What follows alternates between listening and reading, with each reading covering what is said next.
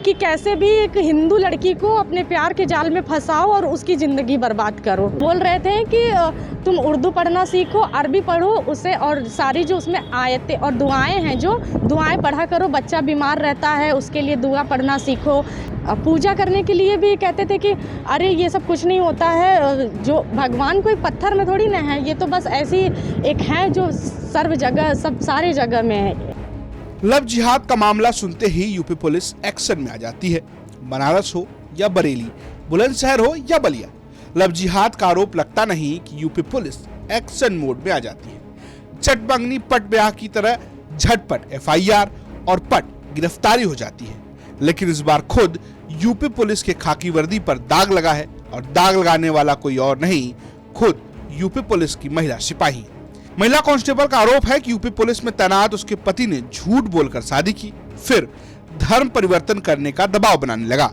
उनका एक बच्चा भी है। पति कहता है कि बच्चे का भी धर्म परिवर्तन कराओ। दरअसल वर्तमान में पीड़ित महिला सिपाही शिवकुटी थाने में तैनात है, जो मूलतः वाराणसी की रहने वाली है। महिला सिपाही का आरोप है कि उसका पति इमरान खान भी यूपी पुलिस में सिपाही के पद पर तैनात है और उसका सीनियर रहा है। पुलिस की ट्रेनिंग के दौरान महिला सिपाही इमरान खान के संपर्क में आई थी। दोनों के बीच प्यार हो गया और इसके बाद उसने इमरान खान से शादी कर ली। पीड़िता के मुताबिक शादी के बाद इमरान ने उससे कहा कि वो बौद्ध धर्म अपना लेगा और उसके साथ रहेगा। महिला सिपाही ने आगे कहा कि इमरान ने बौद्ध धर्म अपनाया और नाम बदलकर अशोक रख लिया, लेकिन कुछ समय बाद ही उसने फिर से इस्लाम धर्म अपना लिया। महिला कांस्टेबल का दावा है कि पति उन पर इस्लाम धर्म अपनाने के लिए दबाव बनाने लगा। साथ ही बच्चों का भी धर्म परिवर्तन कराने की कोशिश की। नमाज पढ़ने और दुआ मांगने को कहता था और पूजा करने से रोकने लगा। महिला ने तो यहाँ तक आरोप लगा दिया है कि उसका पति पहले से शादीशुदा था, लेकिन शादी के दौरान उसने तलाक हो जाने की झूठी कहानी सुनाई और अपने घर में रहने के दौरान पहली पत्नी को भाभी बताकर उससे बात करवाता रहा। ये क्या हुआ है आपके साथ? मैं थाना शिवकुटी में इस टाइम पोस्टेड हूँ और मेरे साथ जो जिससे मेरी शादी हुई है उसका नाम है अशोक रत्न, और उसने बौद्ध धर्म अपना करके मुझसे शादी की। और क्योंकि वो पहले मुस्लिम था और मुझे अपने प्यार के जाल में फंसाने के लिए वो बौद्ध धर्म अपनाया, और बौद्ध धर्म अपनाने के बाद उसका नाम अशोक रत्न रखा गया था। अशोक रत्न मतलब वो सिर्फ एक दिखावा था। और उसके बाद मेरा एक बेटा हुआ। उसके बाद जब मैं उसके घर गई तो वहाँ पे इन लोग उसका खतना करवाने के लिए जोर ज़बरदस्ती मेरे साथ करने लगे। जब मुझे पता चला कि उसका खतना होने वाला है तो फिर मैंने उनसे पूछा कि आप तो बौद्ध धर्म अपनाए थे, फिर आप ये ऐसा क्यों कर रहे हैं मेरे साथ? तो बोल रहे थे कि वो सिर्फ एक दिखाने के लिए था ताकि तुमसे मैं शादी कर सकूं। और फिर जब इसका मैंने विरोध किया तो मारा पीटा, और मैं वहाँ से रात का इंतज़ार कर रही थी और सुबह होते ही मैं अपने बच्चे को लेकर के बनारस आ गई। उसके बाद मेरे साथ वो ज़बरदस्ती करने लगा कि तुम मुस्लिम धर्म अपनाओ, क्योंकि मुस्लिम धर्म नहीं अपनाओगी तो मेरे घर वाले तुमको नहीं मानेंगे। और मुझे जायरा बानो नाम से बुलाने लगा। और समझ लीजिए ये मेरे साथ इतना ज़्यादा अत्याचार करने लगा, इतना ज़्यादा दबाव बनाने लगा कि मुझे एकदम से ये नकाब बांधना सिखाया और बोला कि बच्चा बीमार हो जाता है तो दुआ पढ़ना सीखो, उर्दू पढ़ना सीखो, और तभी मैं तुम्हारे साथ रहूँगा जब तुम मेरे हिसाब से यहाँ चलोगी। मुझे अपने प्यार के जाल में फंसाने के लिए ये समझ लीजिए अपना धर्म तो चेंज किया, बाद में मुझे मस्जिद और अजमेर और बाराबंकी के दरगाह में ले जाने लगा। फिर उसके बाद जब मैं अपने यहाँ मेरा चाइल्ड केयर लीव था, थाने से छुट्टी थी, तब मैं अपने बच्चे के साथ वहाँ गई थी। इनके पिताजी की हार्ट की सर्जरी हुई थी, मुल्तान खान जी की। फिर वो जब वहाँ पे थे तो उनका बर्थडे था। बर्थडे वाले दिन जब मेरे हस्बैंड पार्टी जब ख़त्म हो गई, हस्बैंड रात में अपने बटालियन चले गए। वो भी पुलिस में ही है, इमरान खान उर्फ अशोक रत्न। तो वो जब चले गए तो उसके बाद मौका पाकर देवर मेरे साथ दुष्कर्म किया। और फिर जब हम वहाँ पे जब सुबह भोर हो गया था तो अगले दिन 2 तारीख लग गई थी। 2019 की ये घटना है। फिर उसके बाद जब हस्बैंड आए तो उनको मैंने बताया कि ऐसा ऐसा हुआ, तो बोल रहे कि तुमसे शादी भी इसीलिए हुआ और वो तो देवर है तो उससे कोई फ़र्क नहीं पड़ता है। हाँ ठीक है, मैं माफ़ी मांग रहा हूँ, मैं उसको समझा दूंगा ये वो, क्योंकि रहना हमको इमरान खान के साथ था तो समाज की लोक लज्जा के कारण हम ये बात किसी को नहीं बताया सिवाय अपनी मम्मी के। फिर उसके बाद जब ये दिन पे दिन बीतते गया, मैं अपने इस चीज़ के लिए मैं आशा ज्योति केंद्र में भी 2-2.5 साल पहले प्रार्थना पत्र दी, वहाँ से कोई कार्रवाई नहीं हुआ। प्रेम प्रकाश साहब एडीजी साहब के यहाँ मैंने प्रार्थना पत्र दिया कि मुकदमा लिखा जाए, तो तब भी वहाँ से कोई कार्रवाई नहीं हुआ, थाने से कोई कार्रवाई नहीं हुई मेरी। फिर कोर्ट की मदद लेनी पड़ी, 156(3) कराएं, तब जा कर के मेरा FIR पंजीकृत हुआ। लेकिन प्रार्थना पत्र के हिसाब से सारी सब धाराएं SC ST लगनी थी, वो नहीं लगी। और इसकी जो पहली पत्नी है, ये शादीशुदा था, तलाकनामा दिखाया था, जो कि शादी के बाद पता चला कि ये फर्जी तलाकनामा है। तो उसके बाद ये सारी चीज़ें मैंने, जो मुकदमा जब मेरा लिखा गया, तो विवेचक को बताई कि ये जो फर्जी तलाकनामा मौलाना से बनवाया है, और इसकी बीवी भी घर में ही रहती है। उसकी बीवी जब वीडियो कॉल में हमसे ये बात किया था, ये अपने घर गया हुआ था, हम यहाँ ही पे थे, प्रतापगढ़ पोस्टिंग थी, तो उसकी बीवी भाभी बन के बात की थी हमसे।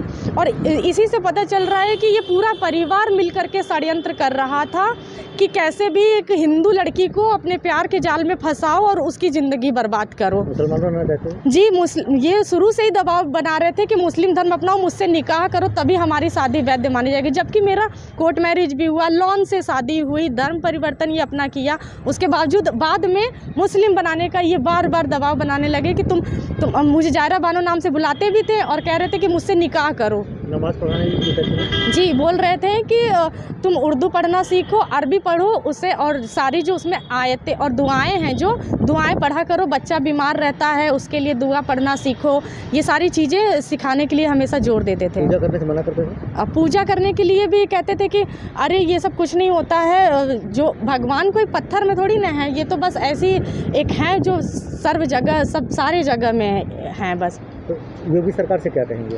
बस भैया, योगी सरकार से हम इतना ही कहना चाहते हैं कि मेरा जो जिस चीज़ के लिए मैं लड़ रही हूँ, आज मैं हिम्मत जुटा करके आज मुकदमा लिखवाई, मेरे थाने पे मेरा कोई सपोर्ट नहीं कर रहा है। मेरे विवेचक चंद्रभानु यादव, SO मनीष त्रिपाठी और मेरे CO राजेश यादव, वो सारे लोग मिले हुए हैं। और वो क्योंकि देवर जो है अब वो IPL खेलता है और लखनऊ सुपर जायंट से, उसका भी कहना है कि मैं ऊपर से इतना दबाव बना दूंगा कि कोई तुम्हारा सुनवाई नहीं होगा, मरने के अलावा कोई रास्ता नहीं बचेगा।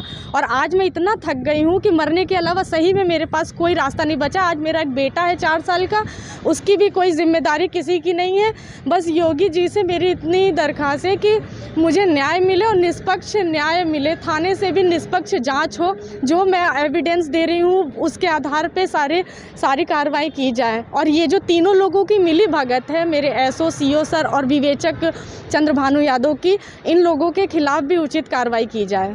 केरला स्टोरी देखी थी क्या उसमें जो है? जी, केरला स्टोरी देखे थे, तो उसके बाद से लगा कि ये सारी चीज़ें मेरे साथ ही हो रही, एकदम ब्रेन वॉश करने वाली चीज़ें ही सब, मतलब कितना भी हो इनको बस कैसे भी अपने जाल में फंसाओ और उसके बाद अपना मुस्लिम धर्म अपनाने का प्रेशर देते रहो कि ऐसे नहीं करोगी तो घर वाले नहीं मानेंगे, मुस्लिम नहीं बनोगी तो तुम्हें घर में वो इज्जत नहीं मिलेगी, क्योंकि हमारे में निकाह ही वैध माना जाता है, लीगल ही निकाह ही है, और कोई धर्म का शादी हमारे लिए कोई मायने नहीं रखता है। न्याय चाहिए? जी, हमें बस न्याय चाहिए।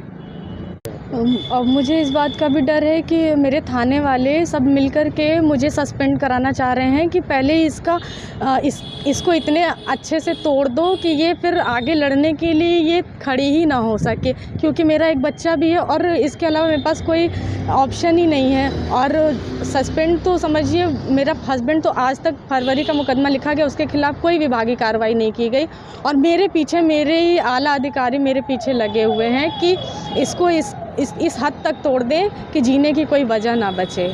छुट्टी में भी चले गए लोग? हाँ, और मेरे जो SO हैं वो 5 दिन की छुट्टी लेकर के चले गए हैं। विवेचक भी छुट्टी लगा करके जा रहे हैं, कह रहे हैं कि छुट्टी लेके जाएंगे और इनका कुछ ये 4-5 दिन तक चलेगा और इसके बाद इसको कुछ नहीं होगा। करना तो विवेचक को ही, वो खुद कह के घूम रहे हैं कि विवेचक के हाथ में इतना पावर होता है कि वो जो चाहे वो कर सकता है। विभाग भी साथ नहीं दे रहा? जी, विभाग भी मेरा कोई साथ नहीं दे रहा है। कोई एक अधिकारी मेरे साथ नहीं खड़ा है, ना थाने का कोई एक स्टाफ मेरे साथ खड़ा है। महिला है तब भी न्याय नहीं मिल रहा है? जी, कोई महिला तो महिला तो मैं पहले हूँ, बाद में मैं एक महिला कांस्टेबल हूँ, और उसका भी इनको कोई फ़र्क नहीं पड़ रहा है कि मैं एक महिला हूँ और अकेले एक बच्चे को पाल रही हूँ, किसी तरह सर्वाइव कर रही हूँ। मैं बस ये चाह रहे हैं कि मैं कैसे भी करके खुद को ख़त्म कर लूँ और उसके बाद इन लोगों का सारा जो भी मिली भगत है वो इनको पूरा अच्छे से इनका काम हो जाए। इतना ही नहीं, महिला ने ये तक आरोप लगाया कि उसका देवर जो क्रिकेट खेलता है उसके साथ रेप किया और लगातार धमकी देता रहा।